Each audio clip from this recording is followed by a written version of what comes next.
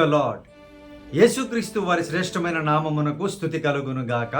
ఈ దినకాలపు ఆశీర్వాదపు లేఖనము కీర్తన గ్రంథము 123వ కీర్తన 2వ వచనము. దాసుని కన్నులు తమ యజమానుని చేతి తట్టును, దాసి కన్నులు తమ యజమానురాలు చేతి తట్టును చూచున్నట్లు మనము మన దేవుడైన యెహోవా మనలను కరుణించు వరకు మన కన్నులు ఆయన తట్టు చూచుచున్నవి. ప్రియమైనటువంటి దేవుని బిడ్డలారా, యజమానులుగా ఉన్నటువంటి వారు ఏమైనా ఇస్తారేమో అని పనివారు యజమానుల తట్టు చూస్తూ ఉంటారు. అలాగే యజమానురాల తట్టు కూడా పనిచేసేటువంటి స్త్రీలు చూస్తూ ఉంటారు. ప్రియమైనటువంటి దేవుని బిడ్డలారా, మరి మన యజమానుడు నజరేయుడైన యేసుక్రీస్తు వారు.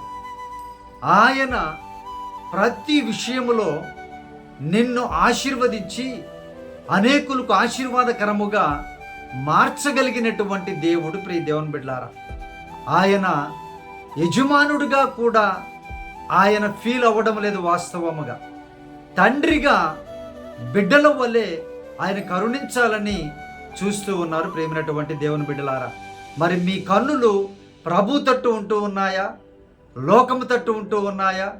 లేదంటే 1 నెల 2 నెలలు 1 సంవత్సరము ప్రభు తట్టు చూడడము, ఏ పని కాలేదంటే మరలా వెనుదిరిగి ఈ లోకం వైపు చూడడం, ఈ లోకంలో ఉన్నటువంటి వారి వైపు చూడడం, అటువంటి స్థితి ఉంటే వ్యర్థమే. ప్రియ దేవుని బిడ్డలారా, దేవుడు కరుణించేటువంటి దేవుడు.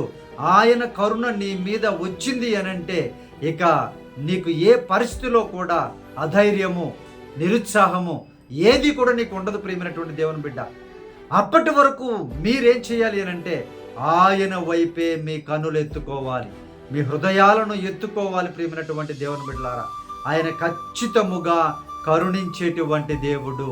అబ్రహాము గారు దాదాపు 25 సంవత్సరాలు ఆయన వైపు కనులెత్తి చూశారు ఆయన యొక్క ఆశీర్వాదం కోసం.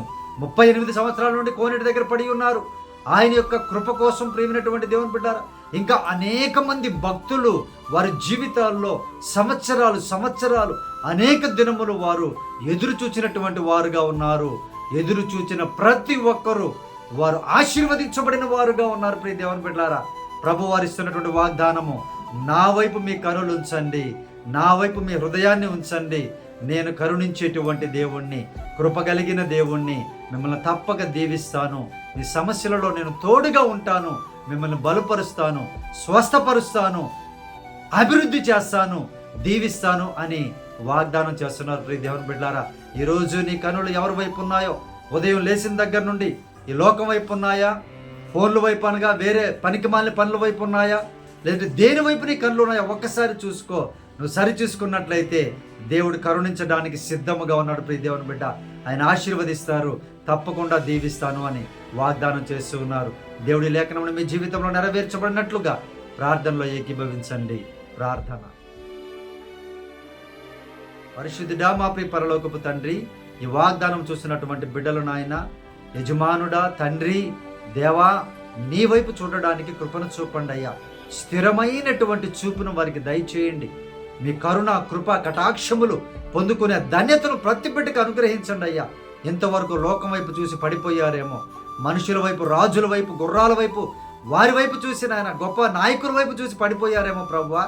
మీరే నాయన ఇది మొదలుకొని బిడ్డలను నాయన ప్రభా మీ వైపు తిప్పుకొని బిడ్డలందరూ కూడా మిమ్మల్ని చూడడానికి సహాయం చేయమండి అయా ప్రభా. నీ కృపలో నాయన ప్రభా ప్రతి బిడ్డను, ప్రతి కుటుంబాన్ని సమృద్ధిగా దీవించమని ఈ దినకాలపు దీవెనలతో, ఈ వాగ్దానపు దీవెనలతో చూస్తున్న ప్రతి బిడ్డను సమృద్ధిగా మీ కరుణలో, కృపలో ఆశీర్వదించమని యేసుక్రీస్తు వారి శ్రేష్టమైన కరుణ కలిగిన, కృప కలిగిన నామములో ప్రార్థించి అడిగి వేడుకొనుచున్నాము తండ్రి. ఆమేన్.